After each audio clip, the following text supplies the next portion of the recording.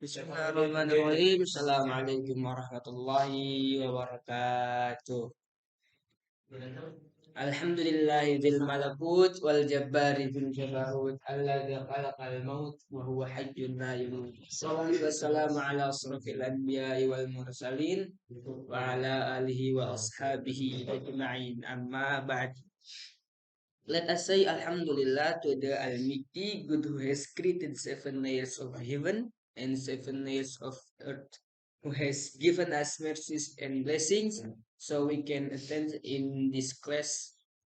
In, and salawat and greetings to our Prophet Muhammad Sallallahu Alaihi Wasallam, who has spoke from the darkness era to the lightness era.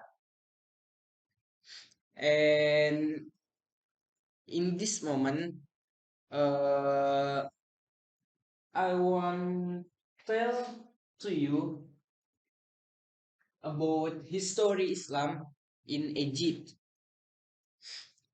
And the first is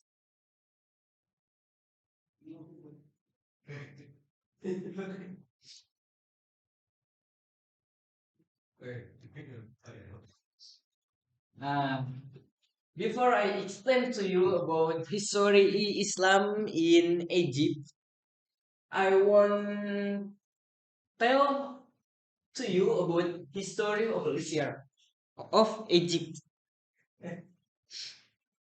History Egypt, the Republic of Egypt has recognized Islam as the state religion since 1918. Egypt is predominantly Muslim, with Muslim comprising about 90%. And of Egypt's population of about 18 million people. And nearly all of Egypt's Muslim are Sunni, it by the influential Muslim general Amr bin al-As, the military governor of the Holy Land.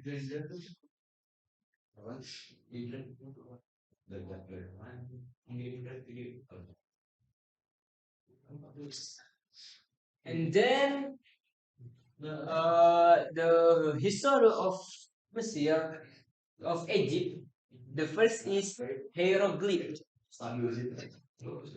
Hieroglyph. What is hieroglyph?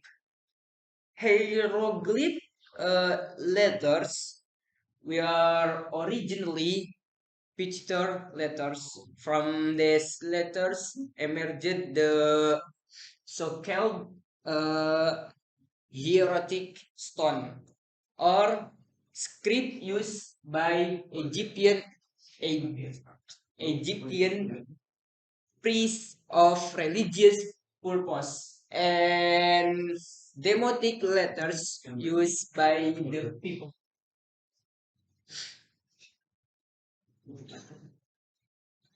And now I want to talk to you about pyramid.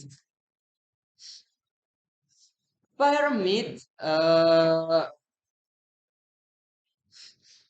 pyramid Pyramids are giant stone structures used as tombs for kings and their families.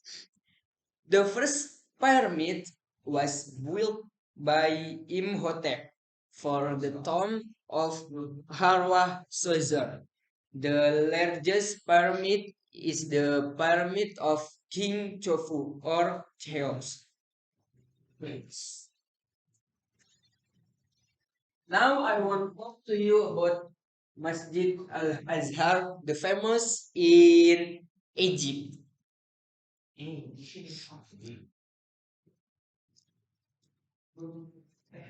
Al Azhar is a mosque built by Panglima Jauhar Asikili in Cairo between the years 359 after 361 Hijriah or 970 after 972 on the others of the Caliph Muiz Lidinillah from Daulat Fatimiyah.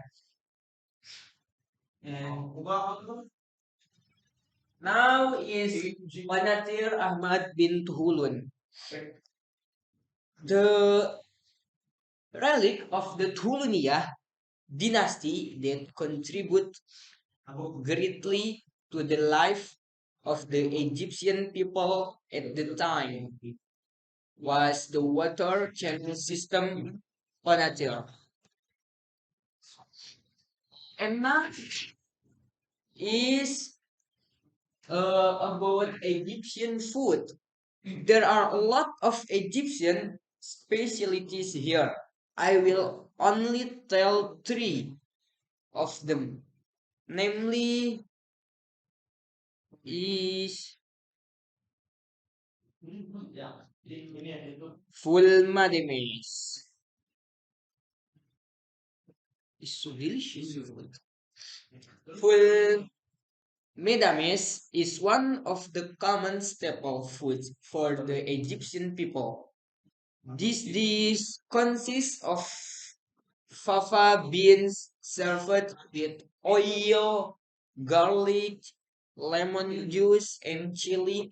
Full medames have excised since the rage, region of the Pharaohs and were found during the 12, 12 years dynasty.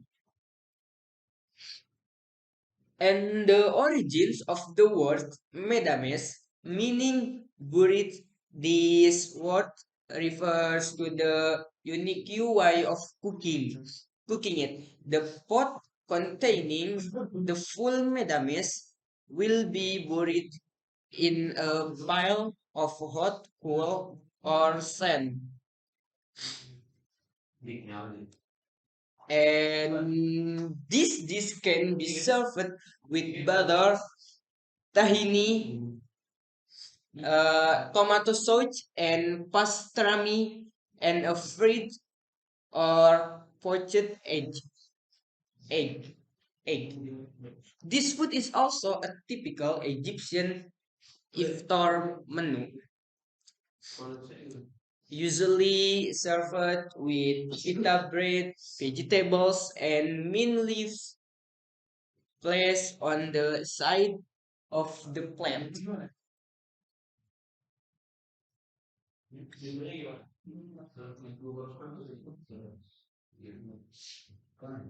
And now is rice kusari.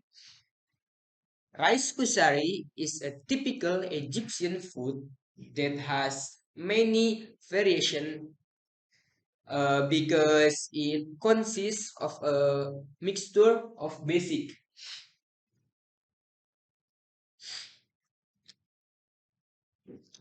ingredients such as rice, of course, then lentils, macaroni, tomato sauce, chickpeas, and the last addition is fried onions that are sown.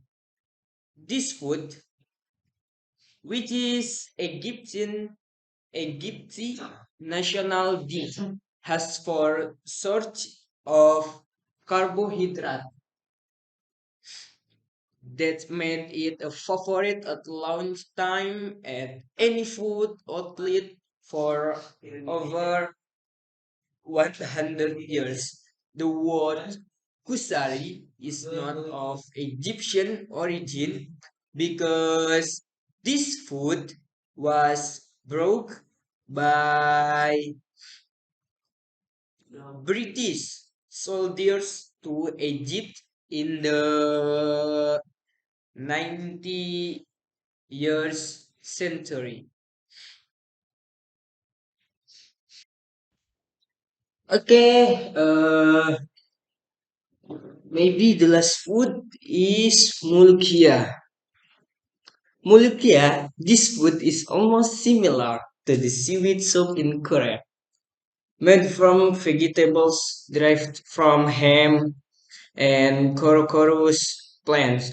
Mulkia is cooked with chopped scallions, and garlic and coriander with additional meat such as chicken, rabbit, and beef. Then served with Egyptian bread or rice. The unique thing about this menu is the different way of serving in each region of Egypt.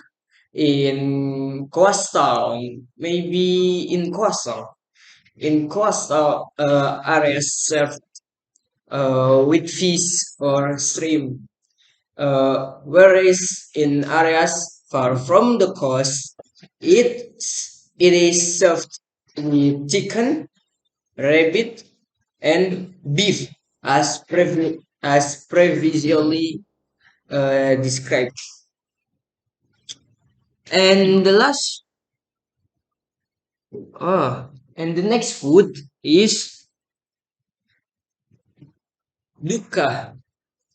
Duka is usually served with plain Egyptian bread. In addition, it can also be mixed with vegetables such as tomatoes and then cucumbers to decorate the egg. This dish consists of species such as salt. S- the name is sesame, I think. Mint leaves, cumin, and coriander. And this menu is a homemade menu. Therefore, each house has a different recipe. Dukkha come from uh, Arabic, which means to mix according to the way it is served, which can be mixed into other food. And the last food is the, the last food is panafa. Kunafa, this dish, which is usually served with Egyptian bread, has a noodle-like shape and a sweet taste, made from thick and long noodles. This dish is served on a flat plate that is left for a while to get chewy and dry. Kunafa is simmered with milk, butter, or oil, and then sprinkled with cream and sprinkled nut. Nut, yes, nut. After roasting, kunafa is topped with fruit syrup. That is delicious. I think delicious. And this menu is one of the oldest this in Egypt in a medieval cookbook. It was noted that konafah was consumed in the Arabian Peninsula, Syria, Turkey, and Egypt. However, the exact origin of this dish is not known. This is the last food. And now, a place you must visit when you are in Egypt. The first place is Aswan, the beautiful place. Aswan is the ancient city of Swinnet, later known as Sign, which in antiquity was the frontier town of ancient Egypt facing the south. Swinnet is supposed to have derived its name from an Egyptian goddess with the same name. This goddess later uh, was identified as Aletheia. Aletheia by the Greeks and Lucina by the Romans during their occupation of ancient Egypt because of the similar association of their goddess. Uh, Goddess with clipboard and of which the import is the opener. The ancient name of the city also is said to be derived from the Egyptian symbol for trade or market. And the next place is Abu Simbel. Abu Simbel. This tourist spot is one of the archaeological sites where there are two stone templates in southern Egypt, precisely at the end of uh,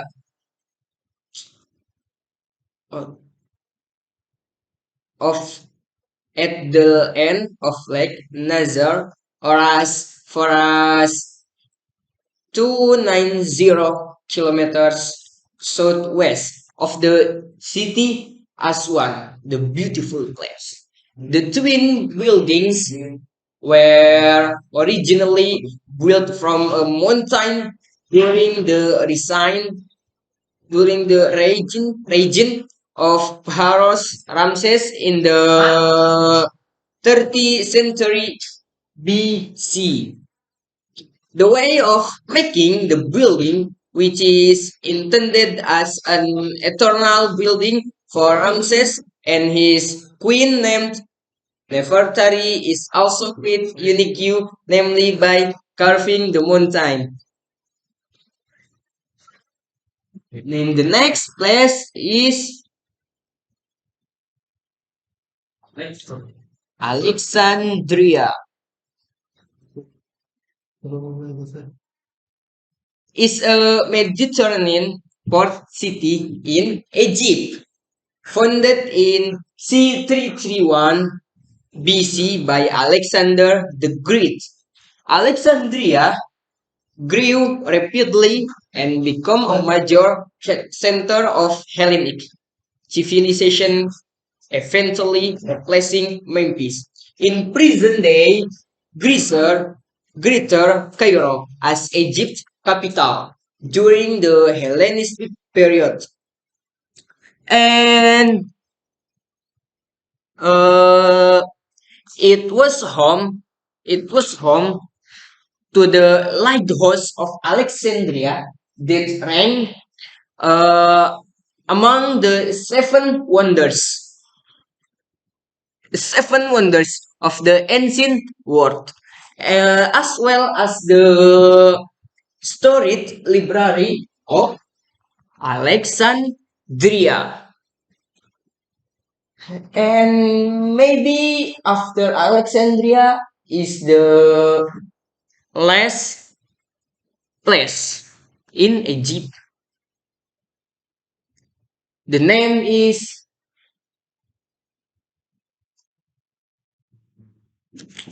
the name is Al Qusayr. Al Qusayr is a city eastern Egypt located on the Red Sea coast. Populated for approximately 5 years ago. It is ancient name during the Ptolemaic era was Muse Hermos. Historically, it was the endpoint of the Wadi Hammamat trail, an important road connecting Egypt and the connect to the Red Sea. Okay, maybe that's from that's from me. That's from my presentation. And sorry if I'm wrong because I'm a human where there is wrong and right. And maybe Assalamualaikum warahmatullahi wabarakatuh.